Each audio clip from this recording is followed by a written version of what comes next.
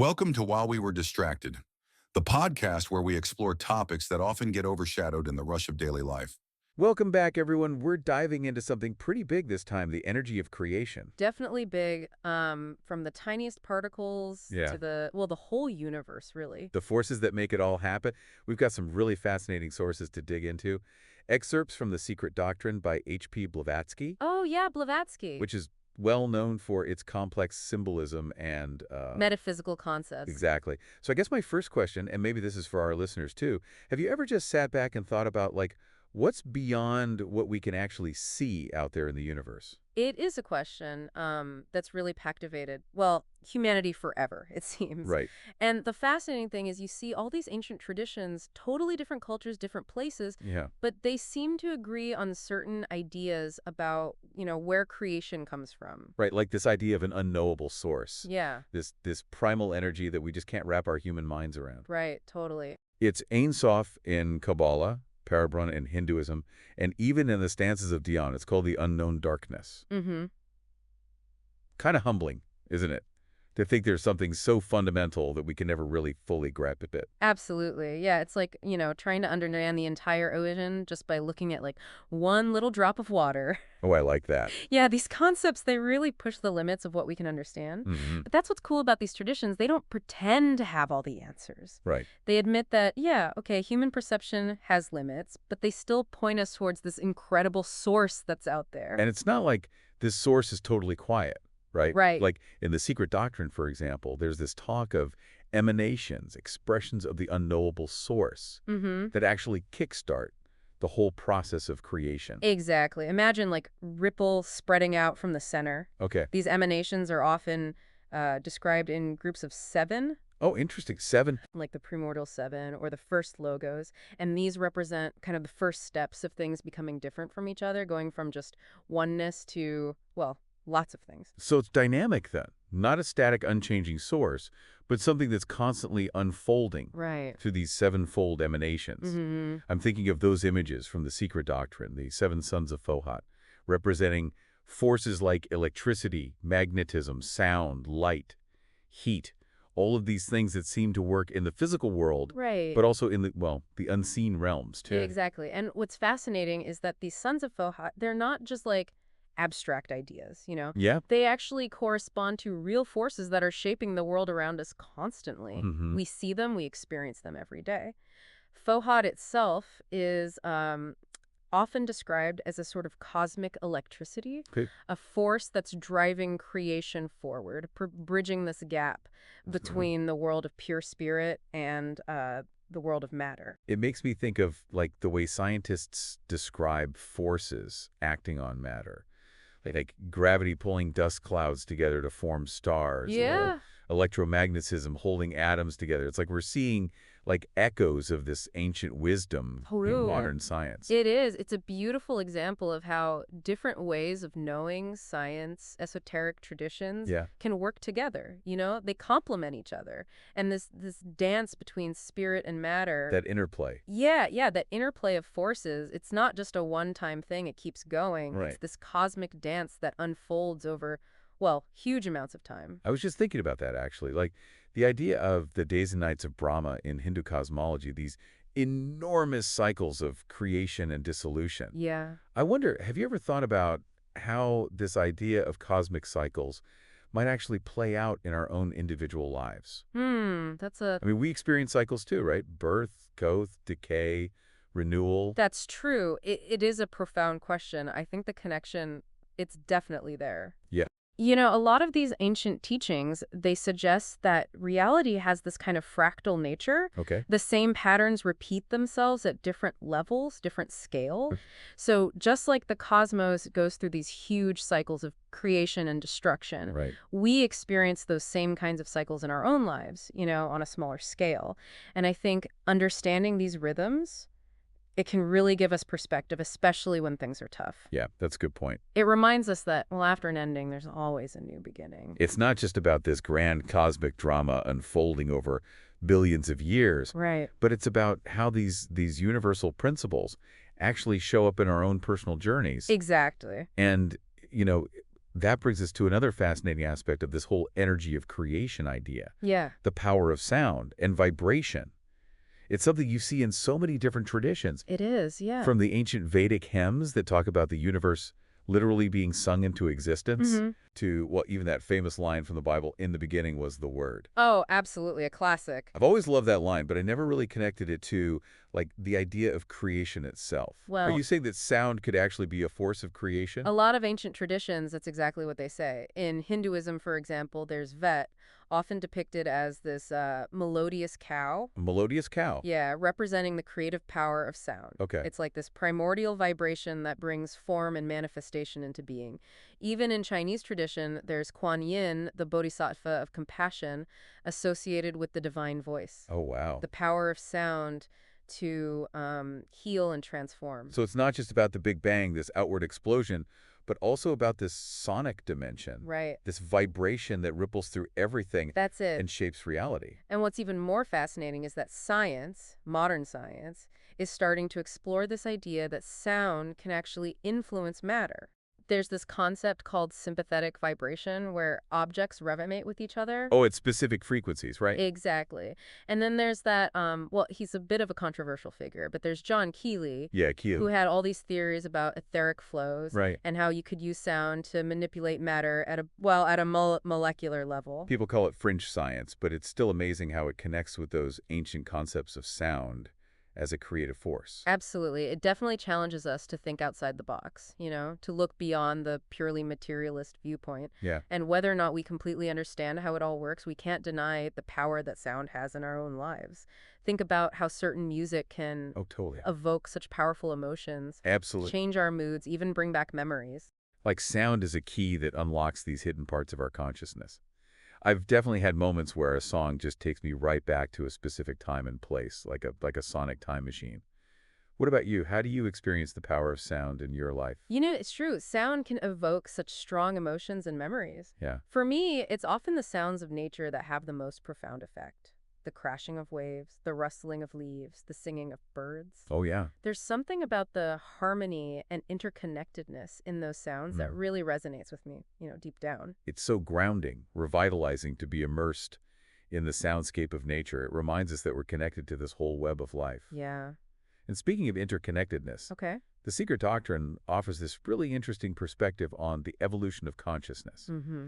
It's not just about the physical evolution of species, is it? There's a whole other dimension of, like, spiritual and mental development that unfolds over these vast periods of time. You got it. The Secret Doctrine suggests that humanity, well, as we know it now, isn't the first version of intelligent life to exist on this planet. Oh, wow. So, It talks about these earlier cycles of development, previous root races, each with their own unique characteristics, their own evolutionary journey. so not a simple straight line from ape to human, But no, but something more cyclical, maybe even spiralic. that's a good way to put it. And these earlier root races, they weren't exactly like us. Right. They're described as having different physical forms, different levels of consciousness, even different ways of interacting with the world. Oh, wow. The first root race, for instance, is depicted as being more ethereal, less dense So- than our current physical bodies. Like phantom-like beings? Almost, yeah, like astral projections or something. Yeah. It really makes us question our typical ideas about what it means to be human. Totally. But it also makes you think about the vastness of time, all the incredible forms of life that may have existed on this planet Mm-hmm. over millions and millions of years. It does, and it raises these really interesting questions about the nature of consciousness itself. It makes me think about those mysterious celestial ancestors that Blavatsky mentions. Oh, yeah. These beings from earlier worlds who are said to have played a role in shaping humanity. It's almost like a cosmic seeding process, right? Where Yeah. these advanced beings from other realms help kickstart the evolution of consciousness here on Earth. Do you think there's any truth to that idea? Well, it's definitely a concept that pops up in a lot of ancient myths and traditions. The idea that these celestial ancestors, sometimes they're called Dhyani Chohans, Okay. they act as guides and mentors for humanity. Whether we take these stories literally or symbolically, they suggest that there might be a deeper connection between us and the cosmos than we realize. It's a mind-blowing idea to think that we could be part of this ground cosmic lineage that goes so far beyond what we currently understand. Yeah. Is there any way to, like, access that knowledge, that connection to these higher realms?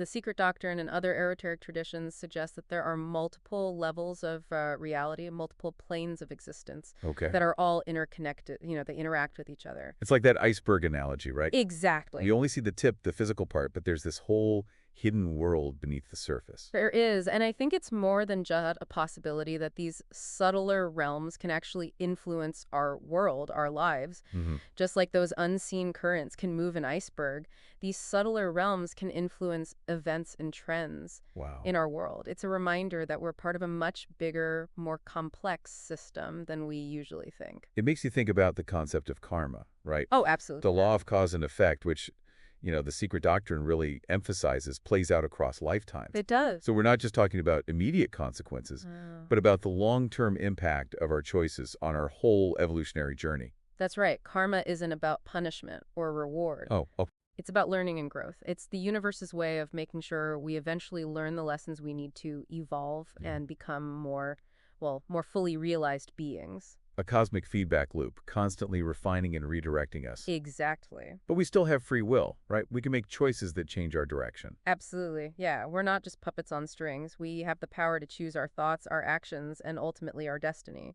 But we're also responsible for the consequences of those choices. So understanding this can help us make better, more conscious decisions. Definitely. It's like having a map, but no set route. That's a great way to put it. We can choose our path, but the map helps us understand the terrain Yeah, and, navigate the challenges and opportunities that we're going to face along the way. it does. And maybe one of the biggest lessons on this journey is realizing that we're not separate from this energy of creation. Okay. We are, in essence, expressions of that energy, microcosms of the macrocosm. We carry that same creative potential that birthed the universe. It's like we have a spark of the divine within each of us, Yeah. just waiting to be ignited. Mm-hmm.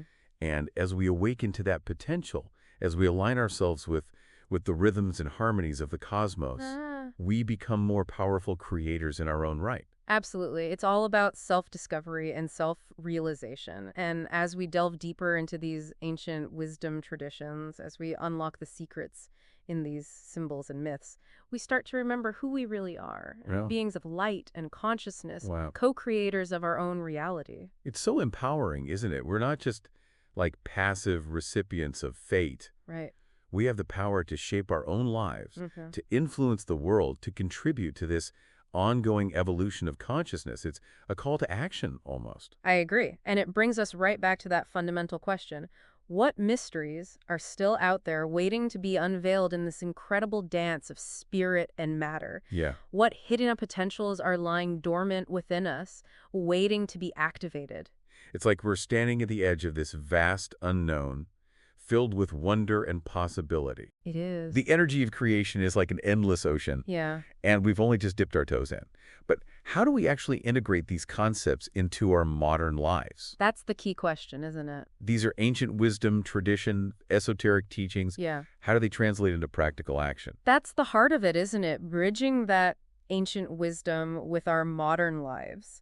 It's not just about believing in these ideas, Mhm. but about actually experiencing them, embodying them in our thoughts, our actions, our relationships. So what does that look like? I mean, the Secret Doctrine talks about medication, yoga, Yeah. as ways to develop awareness, expand our consciousness. Are those like the keys to unlocking this ancient wisdom? Those practices, they can definitely be powerful tools. Yeah. They give us ways to connect with ourselves Right. and tap into that deeper source of creativity and wisdom. Mm. But it's also about being mindful in everyday life. Okay. Paying attention to the subtle energies around us, noticing the patterns and synchronicities that we often miss when we're just rushing through our day. I see what you mean. It's like tuning into a different frequency, becoming more sensitive to Yeah. the whispers of the universe. That's a good way to put it. Those little nudges and guidance that are always there if we just know how to listen. Exactly. It's about paying attention to those intuitive insights, those moments of synchronicity that don't seem to make sense logically. Right. As we become more attuned to those subtle realms, we start to experience that interconnectedness more directly. We realize we're not just these isolated individuals, Right. but part of this vast, intricate web of life. We're all expressions of the same cosmic energy, connected in ways that we can barely even grasp. It's like that saying, we are all one. It's easy to just brush it off as a cliche, but when you start to understand the implications of this energy of creation, Yeah. it takes on a whole new meaning. We're not just separate beings bouncing around in a random universe, Right. but threads in this grand cosmic tapestry. It challenges our individualistic worldview and invites us to see things more holistically, to recognize that we're all interconnected. Our actions have consequences, not just for ourselves, but No, for everyone and everything. absolutely. And recognizing this interconnectedness, it's not just a philosophical concept. It can actually inspire us to act, to move through the world with more awareness and compassion. So you're saying that understanding the energy of creation is not just about expanding our minds, Right. but also our hearts. Exactly. It's about recognizing that we have a responsibility to Yeah. each other and to the planet. We do. And with all the challenges we face in the world today, it's also a source of immense hope. Okay. The Secret Doctrine suggests that humanity is on this journey towards greater enlightenment, towards realizing our inherent divinity. It's a vision of progress, of moving towards greater understanding and compassion. It's like we're all caterpillars, destined to transform into butterflies. I like that. But we have to go through the cocoon stage. Yeah. First, those challenges and struggles that force us to shut our old limitations so we can emerge as something more beautiful, Right. more evolved. It's not always easy or comfortable, though, is it? No, not at all. It requires us to face our shadows, to let go of old beliefs, Yeah. to embrace the unknown. But ultimately, it's a journey of liberation, of expanding into our full potential as conscious, creative beings. It's like a cosmic adventure, a hero's journey on a grand scale. And as we go on this adventure, we have access to incredible resources, these ancient wisdom traditions, Yeah. the guidance of spiritual teachers, Absolutely. the support of communities who are exploring these ideas together. We're not alone in this. Not at all. We're part of a lineage, a tradition of seekers who have been exploring these mysteries for centuries. And as we delve deeper into these teachings, as we integrate them into our lives, we become part of that lineage, carrying the torch of wisdom forward. So as we wrap up this part of our deep dive into the energy of creation, Okay? I'm left with all these questions swirling around in my mind. What does it really mean to recognize ourselves as microcosms of the macrocosm, as expressions of that same creative energy that shapes the universe? How can understanding these cycles of creation and destruction help us navigate the challenges and opportunities that we face in life? Yeah, those are big questions. Big questions, but ones that I think we all need to consider. They are, and as you continue to explore these concepts, as you let the wisdom of these ancient traditions really sink in, you'll find your own answers unfolding, revealing the path that's meant for you. It's a journey of continuous discovery. And who knows what mysteries are still out there waiting to be uncovered. Maybe the greatest discovery isn't out there in the vastness of space, but within ourselves in the depths of our own hearts, where the energy of creation is always flowing, waiting to be expressed in all its beauty and wonder. It's a beautiful thought to end on. It is. And with that thought, we'll leave you to continue your own exploration of the mysteries of existence. Until next time, may your journey be filled with light and inspiration. And may the energy of creation be with you. It really does. It really makes you think about the immensity of time, and all the different kinds of life that might have existed here Yeah. over millions of years. And it makes you think about the nature of consciousness in a different way, too. It does. It makes me wonder about those celestial ancestors that the Secret Doctrine talks about. Oh, right. These beings from other worlds, they're supposed to have helped shape humanity. Yeah. It's almost like this cosmic seeding, right? Like these advanced beings from other realms, they kind of kickstart the evolution of consciousness here on Earth. Do you think there's any truth to that? Well, it's a fascinating idea, and you see it, in different forms across a lot of different myths and traditions. This idea that these celestial ancestors, or sometimes they're called Dehani Chohans, they act as these kind of guides, mentors for humanity. I mean, whether you take these stories literally or see them more symbolically, I think they suggest that there's this deeper connection between us and the cosmos, more than we might realize. It's a pretty wild thought, isn't it? That we could be part of this vast cosmic lineage. I mean, is there any way to access that knowledge, that connection to these higher realms? Well, Blavatsky and other esoteric traditions, they suggest that there are multiple levels of reality, multiple planes of existence, and they're all interconnected. They all influence each other. Like that iceberg analogy, right? We only see the tip, the physical part, Exactly, but yeah. there's this whole hidden world underneath. That's right. And it's not just a possibility. These subtler realms, they actually can influence our world, our lives. Wow. Just like unseen currents move an iceberg, these subtler realms, they can influence events and trends in our world. It's a reminder that we're part of this huge, complex system, Yeah. much bigger than we usually realize. It makes you think about the idea of karma, doesn't it? Oh, absolutely. That law of cause and effect. And in the Secret Doctrine, it's emphasized that this plays out across lifetimes, not just in the immediate moment. Right. It's not about instant punishment or reward or anything like that. No. It's about learning and growth. It's about the universe making sure we eventually, um, we learn the lessons we need to evolve to become more fully realized beings. A cosmic feedback loop. I like that, yeah. A cosmic feedback loop constantly refining and redirecting us. But we still have free will, though, right? We can make choices that change our path. Absolutely, yeah. We're not puppets. We have the power to choose our thoughts, our actions, and in the end, our destiny. But we are also responsible for the consequences of those choices. So understanding that can help us make, well, better choices, more conscious choices. Absolutely. It's like having a map, but no set map. That's a great analogy. Yeah, we can choose our path, but the map helps us to understand the terrain and all the challenges and opportunities that we might encounter along the way. It does. And maybe one of the most important thing we learn on that journey is realizing that we're not separate from this energy of creation. Right. We are, at our core, expressions of that energy. We're microcosms of the macrocosm. We have within us that same creative potential that brought the universe into being. So it's like we have a spark of the divine inside each of us, Yeah. waiting to be awakened. Mm-hmm. And as we start to awaken to that potential, as we align ourselves with those rhythms of the cosmos, Yeah, we become more powerful creators in our own lives. that's an amazing thought. And it's all about self-discovery, self-realization. It is. And as we go deeper into these ancient traditions, as we try to unlock those secrets hidden in the symbols, in the myths, Yep. we begin to remember who we really are. We're beings of light and consciousness. We're co-creators of our own reality. Wow, that's a powerful message. It means we're not just passively accepting whatever fate throws at us. We have the power to shape our lives, to change the world around us, to be part of this amazing evolution of consciousness. Absolutely. It's a call to action. You're right. And it brings us back to that question, that big question. What mysteries are still out there? What's waiting to be discovered in this incredible dance of spirit and matter? What potential is hidden inside us, waiting to be activated? That's what it all comes down to, isn't it? What's next? What's possible? It's like we're standing on the edge of this vast unknown, full of wonder, full of possibility. It is. Yeah, the energy of creation, it's like this infinite ocean, and we're just starting to explore it. But how do we actually take these concepts and live them?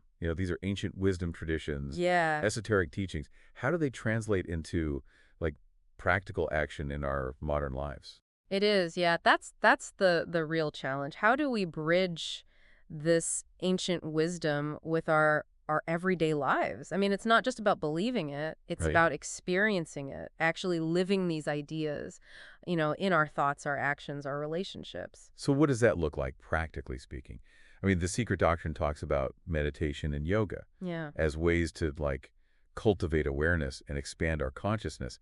Are those the keys to really unlocking this wisdom? They can be really valuable tools, definitely. They Yeah. give us ways to connect with our inner selves, to tap into that deeper source of creativity and wisdom. But I think it's also about, just being more mindful in our daily lives. Okay. Paying attention to the subtle energies around us, noticing those patterns, those synchronicities that we often miss when we're, just caught up in the busyness of life. I see what you mean. It's like tuning into a different frequency, becoming more sensitive to those whispers of the universe, those little nudges and guidance that are always there if we could just learn to listen. Exactly. And as we do that, as we become more attuned to those subtle realms, I think we start to experience that interconnectedness more directly. we realize that we're not just these isolated individuals. Right. We're part of this incredible web of life. We're all expressions of that same cosmic energy, woven together in ways that we can barely even begin to understand. It's like that saying, we are all one, right? Yeah, It's easy to dismiss that as just a cliche, but when you really start to grasp what this energy of creation means, it it takes on this whole new depth. We're not just separate beings in this, random universe. right. We're threads in this grand cosmic tapestry. Exactly. It challenges our usual way of seeing things, this very individualistic worldview, and invites us to see a bigger picture, to embrace a more holistic perspective, Yeah. to recognize that we're all connected, that our actions have consequences, not just for ourselves, but for the whole web of life. And recognizing that it's not just a nice idea, it can really well, it can inspire us to live differently, to move through the world with more awareness, more compassion. So you're saying that understanding this energy of creation, it's not just about expanding our minds, but about It is. expanding our hearts as well. Exactly. It's about recognizing that we have this inherent responsibility to each other and to the planet. And, with all the challenges that we're facing in the world today, it's also a source of incredible hope. Okay. Blavatsky suggests that humanity is on this evolutionary journey toward greater enlightenment, toward a realization of our inherent divinity. Right. It's a vision of progress, of moving toward greater understanding, greater compassion. It's like we're all caterpillars, destined to become butterflies. I like that. But we have to go through the cocoon stage first. We do. Those challenges, those struggles that help us shed our old limitations. Right. So we can emerge as something more beautiful, Yeah. more evolved. But it's not always an easy or comfortable process, is it? It's not. It requires us to confront our shadows, to let go of those old beliefs and patterns, Mhm. to embrace the unknown. But in the end, it's a journey of liberation. It's about expanding into our full potential as well as conscious, creative beings. It's like a cosmic adventure. It A is. hero's journey, but on this grand scale. And as we embark on that journey, we're not alone, right? We have these incredible resources to draw on, these ancient wisdom traditions, the guidance of, spiritual teachers and mentors, the support of communities who are, all exploring these ideas together. Absolutely. We're part of a lineage, a tradition of seekers who've been exploring these mysteries for centuries.